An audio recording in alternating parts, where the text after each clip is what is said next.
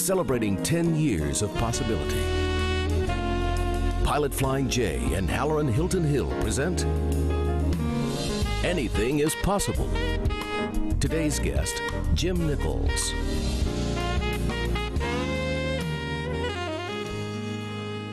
Welcome to another edition of Anything is Possible. I'm Hallerin Hilton Hill, and these are great stories about great people who prove with their lives that anything is possible. My guest today is my friend Jim Nichols. He is the founder and owner of Red Door Brokers. Welcome to the broadcast. Good morning, Hallerin. I always like to have what I call possibility engineers on the show. They're the people who show us how to make things possible. And I met you probably close to 20 years ago. Maybe 20 years ago. And when I first met you, we had the most engaging conversations about possibility. And you used to tell me, young whippersnapper, anything is possible. Take me back to the beginning of your life. Where are you from? Because I want to delve down into how you got to be such a possibility person. Well, Hallerin, I grew up in Morristown, born in Morristown. Great parents who were educators. My mom was a school teacher, and my dad was a principal, and then later on director of special education. Played sports in Morristown like a lot of kids did at the time. All right, so tell me what it was like growing up in Morristown. Brothers and sisters? Older sister, younger brother, three of us. We grew up kind of in the country, and literally in the country. We lived on a kind of a farm. We had the chickens and hogs and the ponies. We used to ride ponies, and we had a good childhood out in the country. Did you have chores? Yes, had chores. Going out and working in the garden with my dad, and one of his things was you can't sit down. You just cannot sit down while you're out here. You could be tired, you could be falling over, but you can't sit down until it's time to go to the house. Why do you think he told you can't sit down? Well, he just believed in work. You know, he was a school teacher, school principal, and then when he came home, he'd change clothes, put on his overalls, and he'd go out in the garden. He'd work all weekend, outside, doing things. And he grew up in an era where his parents were farmers, and you just had to work. Work was what you did. Right. So he kind of didn't want me to learn anything different. What was his name? I'm Junior. This is James Arthur. He was James Arthur Sr. Yes. Tell me about your mom. My mom was a school teacher, as I said. She's from West Virginia. They met, I think, in college or right after college, fell in love, and 3 kids, and happily ever after, here we are. But my mom was a school teacher. She taught biology, general science, and math. Growing up in a home with educators, I guess there was, and if your father was a principal and your mother was a teacher, was there a higher expectation placed on you by not only your parents but people in the community because of whose son you were? Well, there was. Our family was and is respected in the community. We were expected to go to college. It wasn't even a thought, are you going to college? So we were expected to make good grades. We were expected to achieve. And graduated from high school and went on to college. Where'd you go to college? East Tennessee State in Johnson City. What was it like going to East Tennessee State, and did you play sports there? I walked on, did not get a scholarship, went to East Tennessee State, loved the school. A bunch of guys decided after the first year there that we're going to go out to the spring practice and try to make the team. I did make the team, got a scholarship, and was there 3 years on the Buccaneer football team when they had a football team. So now, after you go to college, what did you study in college? I was a math major, computer science minor, so I have a degree in math and computer science. You're that guy. Well, I'm that guy. But you know, the interesting thing was I was good at math in high school. And I said, okay, what do I want to be when I graduate, when I go to college? What do I want to work toward? Right. And I didn't really have a specific thing. I didn't necessarily want to be a school teacher or an engineer or anything like that. I just knew I needed to go to college. I was good at math, so I majored in math. After about a year or so in math, I realized that I shouldn't be in math. I should have been in marketing or accounting or something different, but I was too far down the pike to make that change. To turn around. All right. What was your interest? What was your early interest in math, though? Why did you like mathematics? Well, it just clicked. Numbers just clicked. Fractions and percentages and geometry and algebra, all those things. It was just easy for me. It just kind of clicked. Do you think it was easy because you grew up in a home full of educators? And here's, at least this is what I seem to have discovered as a pattern. People who are around education are less intimidated by education, And by virtue of the fact that they're less intimidated by education, half of what gets in a person's way when it comes to learning is fear of learning. So if you don't have the fear, little kids will absorb anything if they don't think math is hard or English is hard.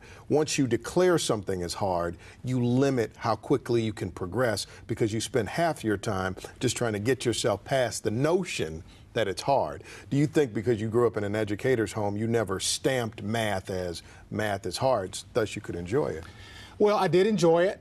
However, my brother, he loved music. I mean, he wasn't a math major. My sister taught school, so it was just an easy thing for me. I didn't like history.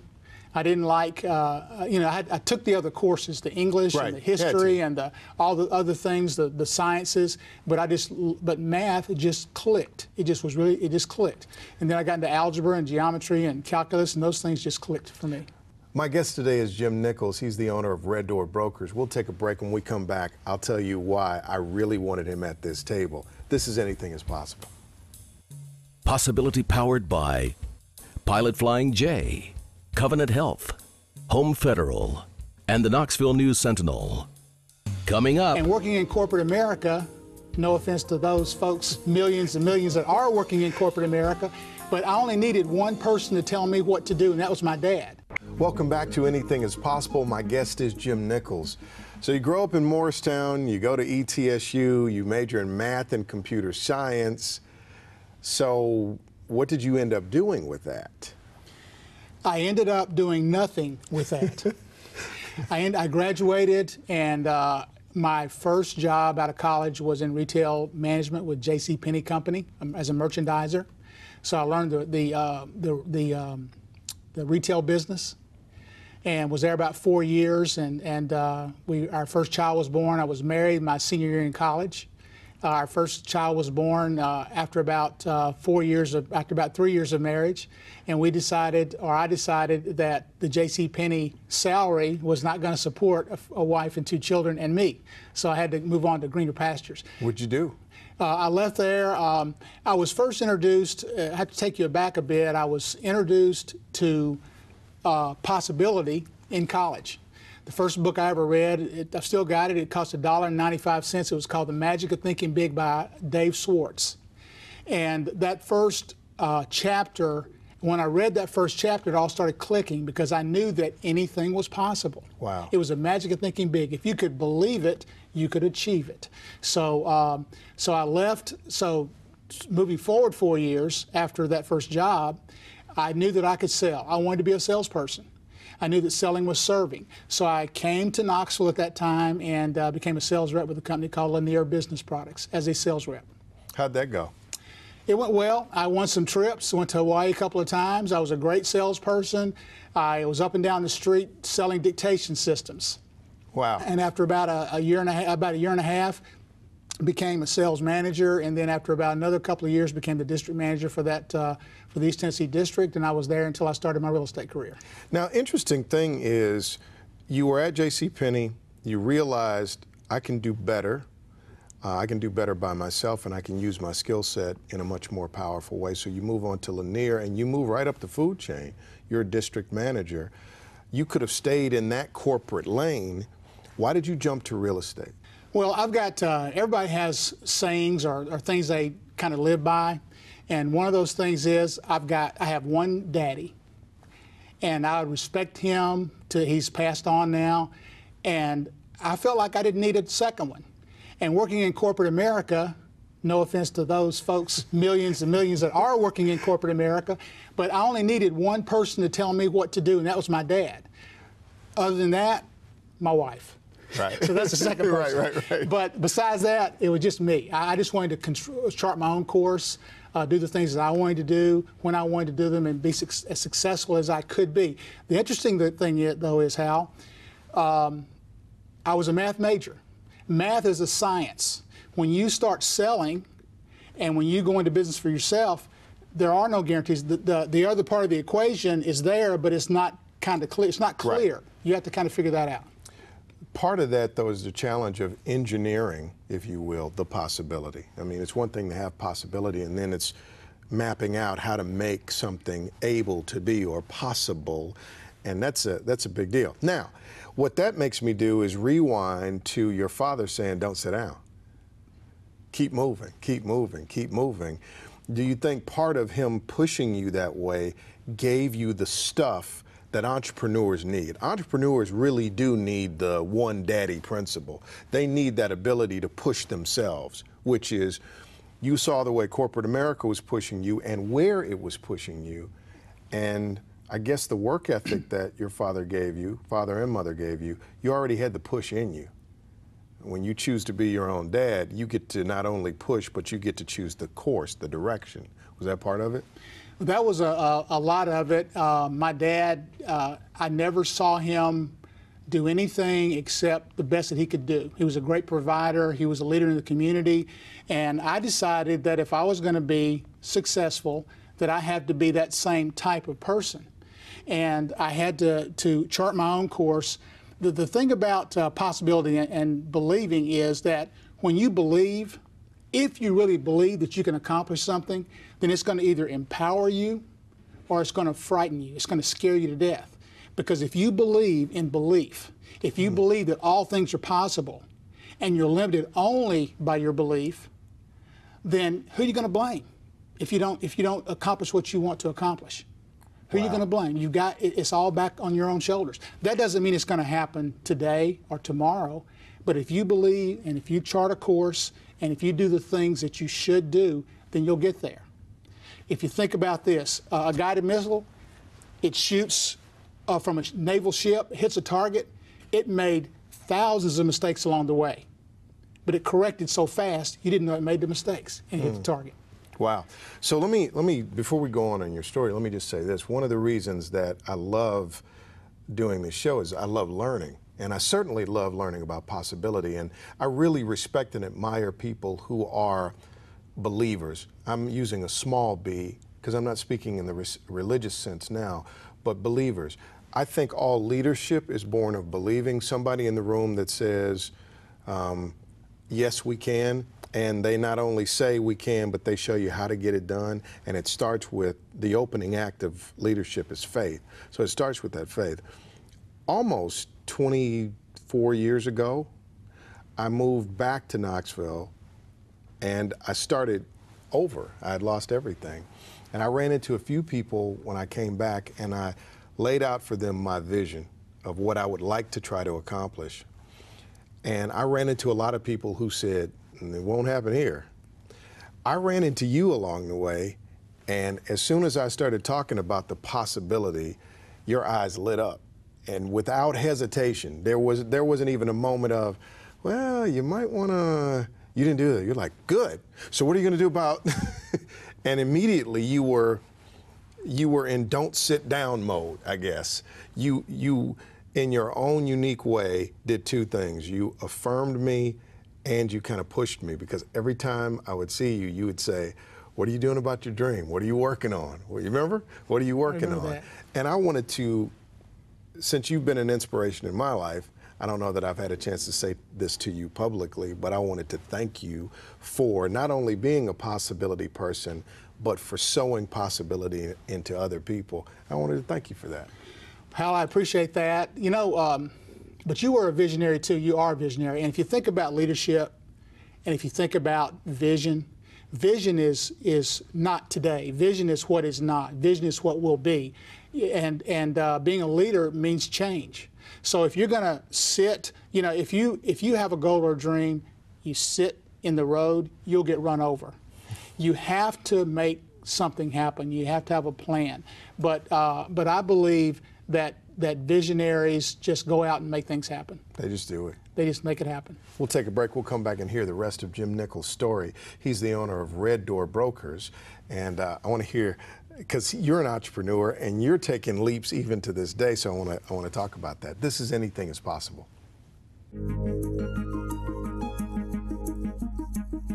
Coming up. As a football player or a basketball player goes from playing to coaching, I decided it was time for me to go from playing to being a coach in real estate, and that was to open the brokerage.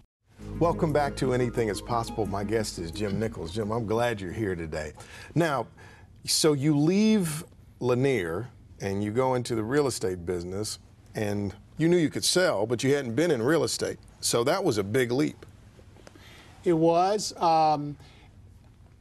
My first exposure to real estate was an uncle, and Uncle Frank.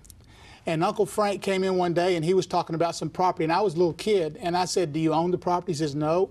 And I found out that he was a broker. He was in between the transaction, and that was my first exposure to real estate. So I said, "You mean you can be in real estate, and you don't have to own the property, and you can make things happen and make money?" And he said, "Yes, you could." And I don't know how old I was a little kid at the time, but that was my first exposure to real estate. But I decided that I could do that. I could do that. If, again, it's thinking about who you are and can you make something happen. If other people are doing it, then why not me? Right. I've always been business-minded. My DNA is possibility. My DNA is business. I never wanted to do anything like be a school teacher, as my sister was, but just be in business. So I decided to jump into real estate. I knew I could talk to people.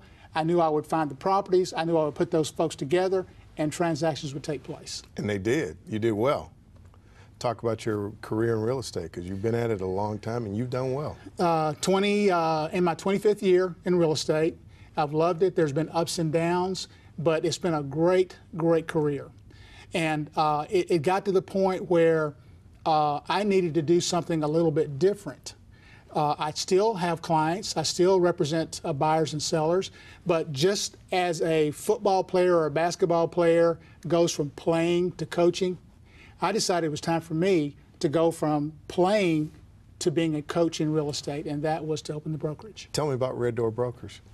Red Door Brokerage is a fantastic company. It's a new concept in real estate. It's a platform from which agents can soar like eagles. Technology has made it possible so that the agent doesn't rely as much on the company to be successful as they do on their own brand. And what we do is teach agents how to brand themselves so that they can grow whatever size business they want. Tell me about your life and your family, and I'd love to know, because being a possibility person means you climb over mountains, you get around stuff. Tell me about your family, A. B, tell me about the toughest thing you had to push through to keep going and continue being a person of possibility. Have the best family in America. My wife, Phyllis, we've been married since a long time, and been together a lot longer than that. And have two wonderful daughters, two granddaughters, and two wonderful sons-in-law. Wow. Yeah. Tell me about the toughest thing you had to push through. The toughest thing I had to push through was me. You know, we are responsible for who we are and what we achieve, whether it's great or not. And success is not about money. It's about self-actualization. It's about becoming who you want to be. If it's a great poet, if it's a great school teacher, if it's a great kindergarten teacher, it doesn't really matter. It's whatever you want to be, being that, and not limiting yourself. So you said the biggest thing you had to push through or overcome was you. What was the biggest thing in you had to overcome? Well, I like to keep it simple. I knew that I had big dreams. I knew that I could accomplish those dreams. But if I didn't completely commit and believe and have an action plan, then those things wouldn't happen. So my biggest challenge is making sure that I walk that road, have the goals, have the action plan, and move forward with that plan. As you were succeeding in your career, how much of your success did your mother and father get to see, and what was their commentary on that? Well, they were always very proud. My mom and dad have both passed away. I was successful at Lanier and also in real estate when they both passed away, but they saw us, they were just proud parents. They didn't say a lot, honestly. They didn't say a lot, but they're very proud folks. All right, so I like to do this. I always like to ask my guests to teach, because I always assume that maybe somebody's watching and they're trying to engineer possibility in their own life. And, you know, we sit here with these great people and we get to benefit from their earned and learned wisdom. So I'd like to get quick responses to what you've learned about the following. What have you learned about success? That it's achievable if you have a plan and if you work the plan. What have you learned about failure? Failure is temporary. You know, you can, the harder you fall, the higher you'll bounce. It's the bounce theory. So just hit hard, bounce high. What have you learned about money? Money is just a tool. You don't worship it. It's a tool. It's a measuring stick. What have you learned about family? It's the most important thing in this world. What have you learned about being a father? That that the eyes are always on you. You've always got to do the right thing, be the right role model. What have you learned about being a husband? That your wife is always in control. What have you learned about faith? Faith, you have to live by faith. I have a strong belief in faith. I pray a lot to myself. I'm not an outward prayerful person. Right. But I say those prayers to myself when I'm riding down the road at night. Faith is so important. What have you learned about time? Don't waste it. What have you learned about loss? It's sometimes painful, a lot of times, but you just have to persevere. What have you learned about real estate? That it's going to be there forever, good times, bad times, and there's always a way to make money in real estate. What have you learned about sports? I love the challenge of sports. I love the competitive nature of sports. I love the lessons you learn in sports. All right, let me close with this. Give me 3 books. If you knew that a young man or a young woman, they're 19, 20, 21 years of age, give me 3 books they need to get today and read in order to start to generate that possibility in their life. Now, they may have to go a ways to get these, but old books, The Magic of Believing is one by a guy by the name of Claude Bristol. Okay. It's a very old book. There's a book called Man of Steel and Velvet. Ooh, you gave me that one. That's a great That's one. an awesome book. And also Move Ahead with Possibility Thinking by Robert Schuller. And when will the Jim Nichols Possibility book be out? It will be out today. Thank you for coming by. You're welcome. And thanks for being a great sower of the seeds of possibility in other people like me. Thank you very much. We'll see you next time on Anything is Possible.